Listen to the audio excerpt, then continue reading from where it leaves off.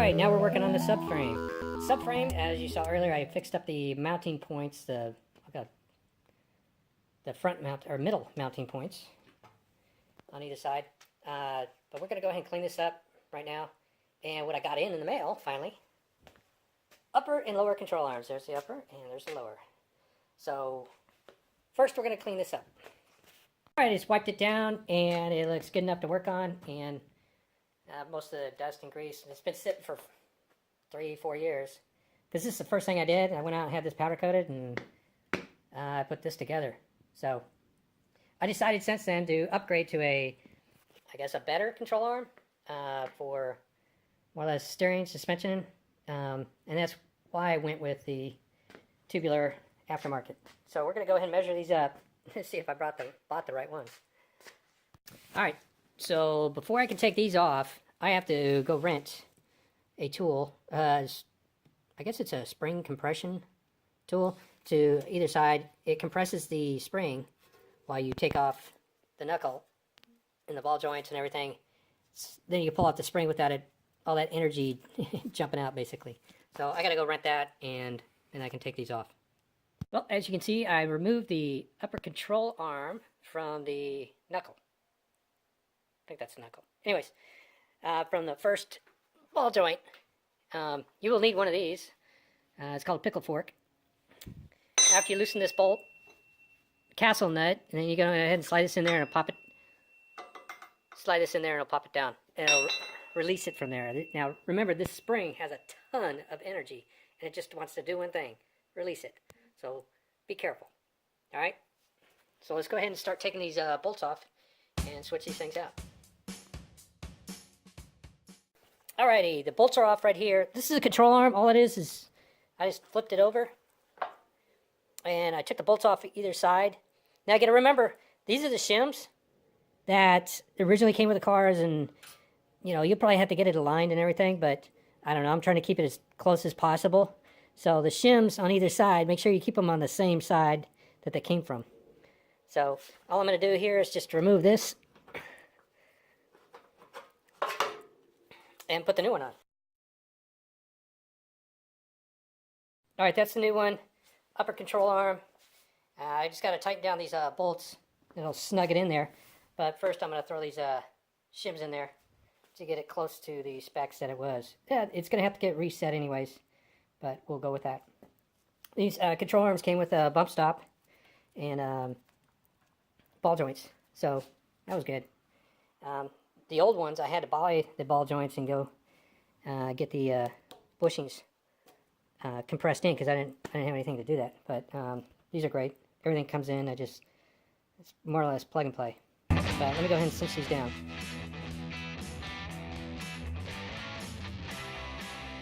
All right, there it is, all cinched down pretty much. As you can see, it just after you cinch it down, or you make sure you put the spacers in there, shims. But it's pretty much all together. So what we got to do now is remove the bottom. Alright, and there's the lower arm. I got to remove that. I moved the spring out of the way, and that's my little safety line so the spring doesn't jump out and kick my butt. But went and pulled the knuckle off. Pretty sure it's a knuckle. I might be calling it something different, but you can go ahead and correct me. Anyways, move the spring out of the way. I just have to remove the two arms on the lower control arm where it's connected to the frame, right there and there. So let's go ahead and do that. The old one. Just got to pull the new one out and put it in. Yeah, sounds easy. Not. Alright, there's the new one. As you can see, it comes with a ball joint and a bump stop. That's one of those polyurethane compression ones. And it's already got the bushings in them and everything. And these are greasable on all the points. Hopefully that's good. We'll see. But anyways, I just got to install it.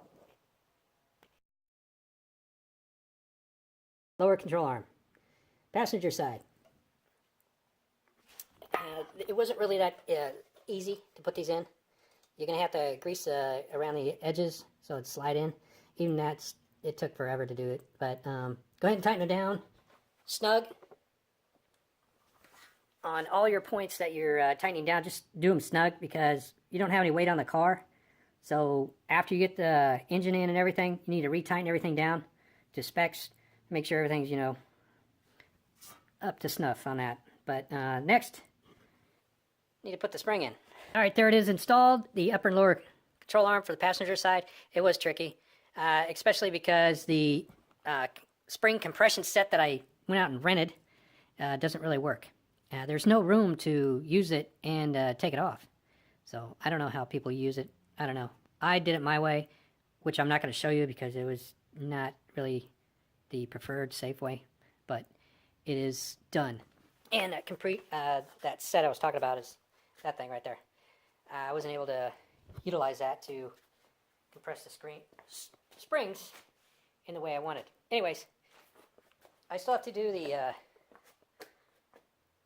driver's side, and I've noticed something. I know it's sitting on a tire. It's not totally level, but I think, and it didn't say it when I bought them, but I think it's going to lower the front end maybe an inch or two. That might suck because I'm not taking these off, so I'm going to have to deal with that. Anyways, moving on to next.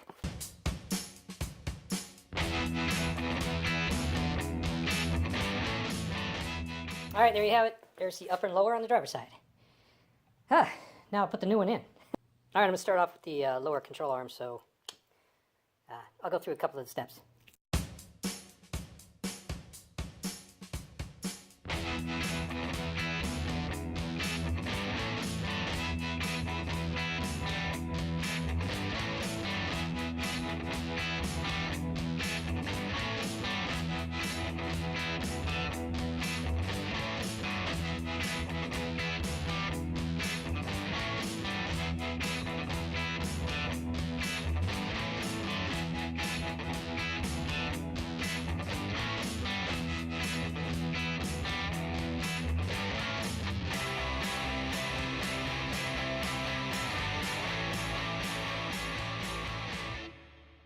All right, there it is, the upper and lower control arm. This one wasn't as bad as the other one. You learn from your mistakes, and I haven't done it in a while, I guess. But now I'm going to put the knuckle on and the spring. I am not going to show you how I put the spring in because I don't want you guys following a bad example. So after I get it in, I'll let you know. Took a little longer, but I was able to get it done. And it's all straight in there. I did scratch up, as you can see. I'll have to paint that. Scratched up the tube. Well, it happens. But the new upper and lower control arms are on, which is great. And like I said before, I'm pretty sure they'll lower the front end. So I'll have to deal with that. I'll have to put the tires on when I put it on the vehicle and check it out. And go from there. What am I going to do about it? I don't know. I'll have to wait and see. But the next thing I need to throw on, what I can do right now, is I need to throw on these leaf springs. These are not the original leaf springs. When the original leaf springs are actually mono, which is one leaf. These are multi-leafs. So when you go from a mono to a multi-leaf, you're going to have to go out and get these U-bolts to go on either side. You get 4 of them. They're not that bad. And these are polyurethane, and these other parts. Also, I got polyurethane bushings to put on the eyelets, I guess you call them, right there and there, and down there. But I'm going to go ahead and put that on right now. Oh, one quick thing. I saw this online, I can't remember where, but when you're looking at your multi-leaf, make sure you have like stock height, 2-inch drop, 3-inch drop, or whatever. These come out to stock height. How do I know? The guy pointed out, it was I think it was one of the manufacturers. But if you take your leaf spring, put it on the floor, from eyelet to eyelet, have it on the floor so it's arched. If it measures about 8 inches or 8 1/4 or whatever, that's stock height. If it starts going down like 6, 5, or whatever, that means you're lowering the back. It's going to be not stock height. It's going to be a drop 2 inches or 3 inches or whatever. you'll have to figure that out. But I have stock, so I'm going to go with that. Okay, what I'm going to do, because I'm by myself right now, is what I did is I flipped the axle upside down, so I'll put the leaf springs on so they'll go over the top like this. And I'll show you as I put them on. It makes it easier, then I just got to flip this thing around. All right, what we're going to have to do, because these, I guess call them a bushing. These bushings fit right in here, which they actually don't. They don't even fit. So I was thinking, well, maybe I have to go out and buy some more, but no, we're not going to do that. What I'm going to do is use the leaf spring and the U-bolts as a press. So I'll press it all in at once, and I'll show you as I go. See what I'm talking about? It's just not going to fit. But like I said, we're going to use the leaf spring to press down on this, use the U-bolts to press it in, and it'll fit like, you know, a bushing.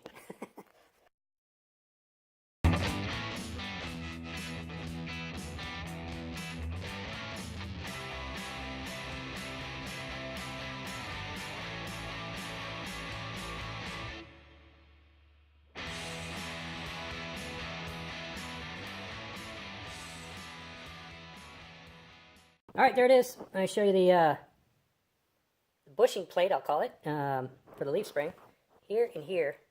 Now this was really tight. You can push it in with, you have to have it pressed in. And I just used the bottom plate for the shock mount plate to press that in. And you just, you know, rotate and press it down even as possible. Now you might have to adjust this later, but you know, it's in for now and you can adjust it as it's on the car or whatever. But that's the way I did it. So I went ahead and did the other side. So that's all done. I just got to flip this thing over and move on. All right, I got to confess something. I had these on backwards. I did a quick check on the internet and I looked at a schematic. As before, it was over here, but now it's, that gives it a little better. This plate I had on backwards. This is for the multi-leaf, and it goes on the inside or the outside of the leaf spring. So I flipped it around. Everything's good to go. And I did the same thing over here, as you can see. So, according to the schematic online, and I think it came from one of the manufacturers, I had them on backwards. So I corrected that. So let me go ahead and flip this around.